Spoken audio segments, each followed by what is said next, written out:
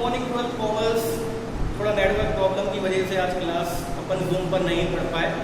दो टॉपिक्स रह गए थे अपने, कोऑर्डिनेशन और कोऑपरेशन का। एक क्वेश्चन आता है difference between coordination and cooperation, एक क्वेश्चन आता है importance of coordination. Importance of coordination बहुत ज़्यादा इंपॉर्टेंट है, 4 मार्क्स में ज़्यादातर आता है। मीनिंग ध्यान से देखें, कोऑर्डिनेशन क्या होता है और कोऑपरेशन क्या होता है। कोऑर्डिनेशन का मतलब होता है तालमेल। कोऑर्डिनेशन का मतलब होता है तालमेल करना, इसके जरिए bringing together the activities and resources of an organization and bring harmony in them. It is done for achieving business objectives economically and efficiently. Simple meaning है, कोई भी काम जो हम करते हैं अगर उसके बीच में तालमेल नहीं होगा तो मान के चलिए टारगेट को अचीव करना या काम को करना आसान नहीं होगा। कोऑर्डिनेशन तालमेल बिठाता है, किसी भी काम को करने में तालमेल का होना बहुत ज्यादा जरूरी है। और कोऑर्डिनेशन क्या करता है, किसी भी चीज को करने के लिए हमें वो सारी चीजें बताता है जो जरूरी होती है किसी भी चीज को अच्छे से परफॉर्म करने के लिए। सिंपल मीनिंग है bringing together the activities and resources of an organisation and bring harmony in them. सब लोग पूछते हैं कि पर्पस क्या होता है, what is the purpose of coordination, या कोऑर्डिनेशन नेसेसरी क्यों होता है। देखिए, अगर कोऑर्डिनेशन नहीं होगा तो बिजनेस के जो ऑब्जेक्टिव्स हैं या जो आपका टारगेट है वो इकोनॉमिकली और एफिशिएंटली अचीव नहीं होगा। The purpose of coordination is to achieve business objectives more economically and efficiently. क्यों इकोनॉमिकली और एफिशिएंटली हम बिजनेस ऑब्जेक्टिव्स को आसानी से अचीव कर रहे हैं, उसकी सबसे बड़ी वजह ये है कि जो डिलेज वगैरह होती है, जो वेस्टेज होता है, वो कोऑर्डिनेशन उनको काफी हद तक क्या करता है, मिनिमाइज करता है। और काफी हद तक उसके प्रयास ये रहते हैं कि वो उनको क्या कर सके, रेड्यूस कर सके। Now if we are talking about the cooperation, cooperation का मतलब क्या होता है, सहयोग करना। सिंपल सी मीनिंग है voluntary effort of employees to work together and help each other. यहाँ पर सारे जो एम्प्लॉयज होते हैं जो संगठन में काम कर रहे होते हैं वो एक दूसरे का सहयोग करते हैं, एक दूसरे की मदद से, एक दूसरे के हाथ बटा के एक दूसरे के साथ मिलकर के करते हैं, काम करते हैं और एक दूसरे की मदद करते हैं। The aim of cooperation is to help each other. What is the purpose, दोनों के पर्पस की बात करें, if we are talking about the purpose of coordination, the purpose of coordination is to achieve business objectives more economically and efficiently. But if we are talking about the cooperation की बात करें तो the purpose of cooperation is to help each other. दो points अपन ने पढ़ लिए। Meaning, basis of difference में पहला पॉइंट आप क्या लिखेंगे, मीनिंग। तो मीनिंग में आप क्या लिखेंगे, कोऑर्डिनेशन में refers to bringing together the activities and resources of an organization. Then purpose, point number 2, purpose, it is done for achieving business objectives economically and efficiently. इसमें point number 1 में it refers to voluntary employees, effort of employees to work together and help each other. Point number 1. Point number 2, on the basis of difference objective, the aim of cooperation is to help each other. Now point number 3, nature. What is the nature? Coordination के nature में आप क्या लिखेंगे कि it was a deliberate action of a manager. अगर बात करी जाए तो मैनेजर की ही रेस्पॉन्सिबिलिटी होती है कोऑर्डिनेशन करने की। It was a deliberate action of a manager, ये आप काय में लिखेंगे, कोऑर्डिनेशन में। बेसिस ऑफ डिफरेंस आपका क्या रहेगा, nature. But if we are talking about cooperation में आपको सिर्फ एक ही लाइन लिखनी है, refers to voluntary effort of employees. It refers to voluntary effort of employees. Now point number 4, scope. अगर स्कोप की बात करें तो कोऑर्डिनेशन का स्कोप वाइडर होता है। Coordination has a wider scope and if we are talking about the cooperation का जो स्कोप होता है वो होता है नैरो। Point number 5, interdependence. दोनों एक दूसरे पर निर्भर है। अगर कोऑर्डिनेशन की बात करें तो कोऑर्डिनेशन कोऑपरेशन के बिना किसी काम का नहीं है। अगर कोऑर्डिनेशन की बात करें, कोऑर्डिनेशन में अगर कोऑपरेशन नहीं होगा तो वो इनकम्प्लीट रहेगा। पॉइंट में आप क्या लिखेंगे, पॉइंट रहेगा बेसिस ऑफ डिफरेंस में point number 5, interdependence. Coordination is interdependent upon cooperation as it is incomplete without it. ये इनकम्प्लीट है, अगर कोऑर्डिनेशन में कोऑपरेशन नहीं होगा तो मान के चलिए कि कोऑर्डिनेशन क्या कहलाएगा, इनकम्प्लीट कहलाएगा। But if we are talking about the cooperation भी उसके ऊपर इंटरडिपेंडेंट होता है, क्योंकि पॉइंट क्या बना आपका, cooperation is interdependent upon coordination as it is meaningless without it. ये 5 पॉइंट्स आपके difference between coordination and cooperation में आपको पढ़ना है। इंपॉर्टेंस ऑफ कोऑर्डिनेशन के बारे में सुने, बहुत इंपॉर्टेंट क्वेश्चन है, बहुत बार पेपर में आया है। सबसे पहला पॉइंट जो आप पढ़ेंगे इंपॉर्टेंस ऑफ कोऑर्डिनेशन में, तो सबसे पहला पॉइंट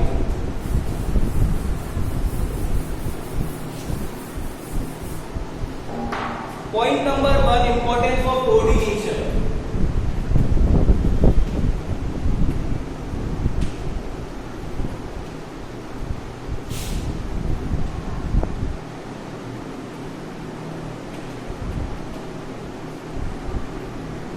Achieving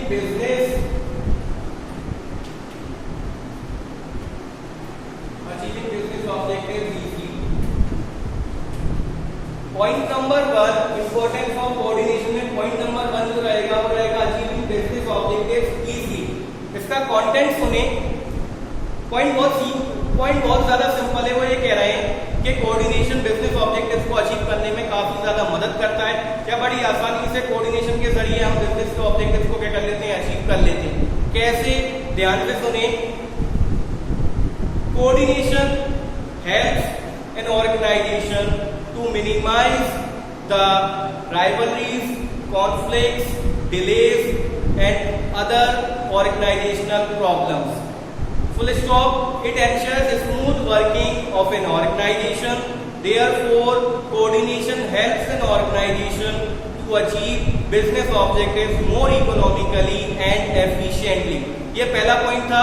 कोऑर्डिनेशन ने कैसे मदद करी? कोऑर्डिनेशन के जरिए संगठन काफी हद तक वेस्टेज को मिनिमाइज करता है, एरर्स को मिनिमाइज करता है, जो डिलेज होते हैं उनको मिनिमाइज करता है, जितने भी कॉन्फ्लिक्ट्स होती हैं, जितनी भी राइवलरीज होती हैं उनको काफी हद तक मिनिमाइज किया जाता है। अगर मैं कहूं कि संगठन ये सारी चीजों को, झगड़ों को, लड़ाइयों को, देरियों को कम करने के लिए कोऑर्डिनेशन की मदद लेता है। कोऑर्डिनेशन उनकी वर्किंग को स्मूथली चलाता है और कोऑर्डिनेशन के जरिए इकोनॉमिकली और एफिशिएंटली ऑर्गेनाइजेशन क्या करता है, अपने टारगेट को अचीव करता है। Point number 2,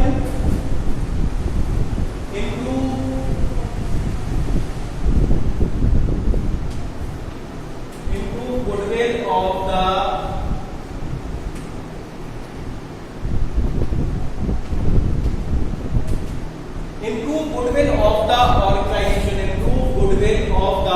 organisation. कंटेंट में क्या लिखना है, ध्यान से सुने, बहुत सिंपल है। पॉइंट ही क्लियर कर रहा है कि कोऑर्डिनेशन गुडविल बढ़ाता है। किसकी बढ़ाता है? ऑर्गेनाइजेशन की। कैसे बढ़ाता है? ध्यान से सुने। Coordination helps an organisation to sell high quality goods and service at lower prices. Full stop. इसके बाद आप उसमें क्या लिखेंगे कि this helps an organisation to create a brand image in the market and in the corporate world. देखिए सीधी सी बात है, हायर जो गुड्स एंड सर्विस होती है, हायर जो प्रोडक्ट होते हैं उनको कम कीमत पर बेचना इसलिए जरूरी होता है क्योंकि सबसे पहले फेज में आप क्या करते हैं, डिमांड बनाते हैं। डिमांड को बनाने के लिए ज्यादा महंगे जो प्रोडक्ट्स होते हैं उनको कम कीमत पे बेचा जाता है। इससे क्या होता है, संगठन की गुडविल इंक्रीज हो जाती है, मार्केट में उनका नेम आ जाता है और एक कॉर्पोरेट मार्केट में अपनी जगह बनाने के लिए हायर प्राइसेस के गुड्स एंड सर्विस को रीजनेबल प्राइस पर बेचना बहुत ज्यादा जरूरी होता है। कोऑर्डिनेशन क्या करता है, ऑर्गेनाइजेशन के जितने भी हायर गुड्स एंड सर्विस होते हैं उनको रीजनेबल प्राइस पर सेल करता है।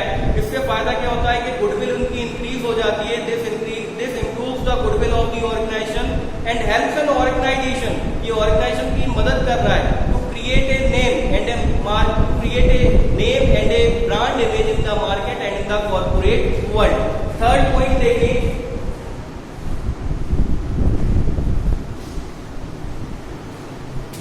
बैलेंसिंग ऑफ स्किल्स एंड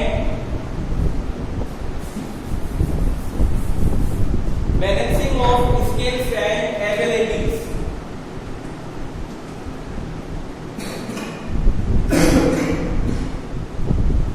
जो थर्ड पॉइंट है वो है balancing of skills and abilities. इसमें आप क्या लिखेंगे, while staffing manager achieves coordination by balancing of skills and abilities of people working in an organization with the job assigned to student, जिस इंसान को जो जॉब सौंपा जाता है उससे रिलेटेड जो भी स्किल्स वो फॉलो कर रहा है, एक्टिविटीज को परफॉर्म करने के लिए उनके बीच में बैलेंस किया जाता है। स्टाफिंग के जरिए मैनेजर क्या करता है, इनकी स्किल्स और एबिलिटीज के बीच में बैलेंस को क्रिएट करता है, जिससे और क्यों करता है, क्योंकि वो जॉब को बड़ी आसानी से क्या कर सके, परफॉर्म कर सके। फोर्थ,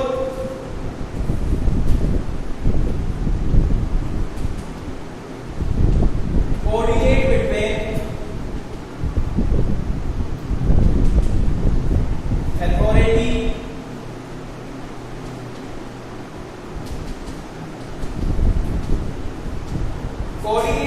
authority and responsibility, ये होता है ऑर्गेनाइजिंग के जरिए। जो मैनेजर होता है वो ऑर्गेनाइजिंग के जरिए क्या करता है, कोऑर्डिनेट करता है किन किन के बीच में, authority and responsibility of every individual working in an organisation. हर वो वर्कर, हर वो इंडिविजुअल जो संगठन में काम कर रहा है, उसकी क्या अधिकार था, क्या उसकी जिम्मेदारी थी, इनके बीच में कोऑर्डिनेट करना बहुत ज्यादा जरूरी होता है। क्यों, फुल स्टॉप लगा के आप लिखेंगे, so that same word should not be assigned twice. Point क्या बनेगा आपका, इसका जो पॉइंट बनेगा आपका, coordinate between authority and responsibility, इसमें आप लिखेंगे, while organising manager should coordinate between the authority and responsibility of every worker working in an organization, full stop, so that the same work should not be assigned twice. एक ही काम दो जनों को ना सौंप दिया जाए, इसलिए सबसे ज्यादा जरूरी होता है कि अथॉरिटी और रेस्पॉन्सिबिलिटी के बीच में कोऑर्डिनेट करना। ये दो क्वेश्चंस थे आपके जो आपको याद करना थे। ये चैप्टर 1 के क्वेश्चंस हैं, ध्यान से सुने। चैप्टर 1 में अब आपको क्या क्या पढ़ना है,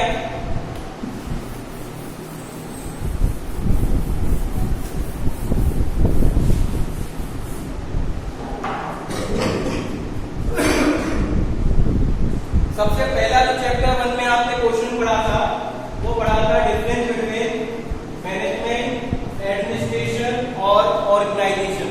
डिफरेंस बिटवीन मैनेजमेंट, एडमिनिस्ट्रेशन और ऑर्गेनाइजेशन, ये आपका पहला क्वेश्चन था। दूसरा, फीचर्स, नेचर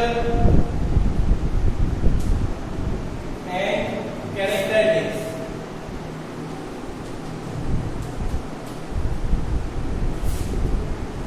जो दूसरा क्वेश्चन था आपका वो था features, natures and characteristics of management. Then third, importance of management. Fourth, primary and secondary, primary और सेकेंडरी फंक्शन ऑफ मैनेजमेंट, ये फोर्थ क्वेश्चन था आपका।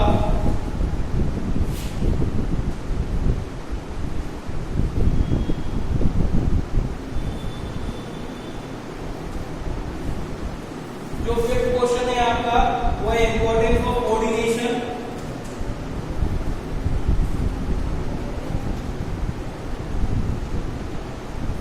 इंपॉर्टेंस ऑफ कोऑर्डिनेशन, ये 5 क्वेश्चन आपको ज्यादातर पढ़ना ही। इन 5 क्वेश्चनों में अगर 4 मार्क्स में बोर्ड एग्जाम में क्वेश्चन जरूर आता है, आपको ये 5 पे ज्यादा फोकस करना है। इसके अलावा मैंने आपको और भी क्वेश्चन पढ़ाए, लेवल्स एंड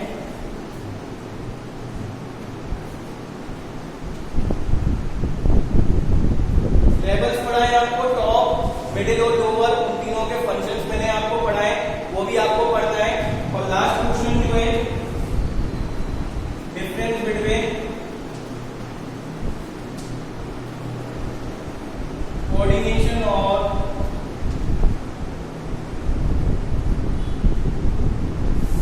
ये आपका लास्ट क्वेश्चन है, difference between coordination and cooperation. ये क्वेश्चन आपको चैप्टर 1 में पढ़ना है, इसमें आपकी ओटी नहीं आएगी।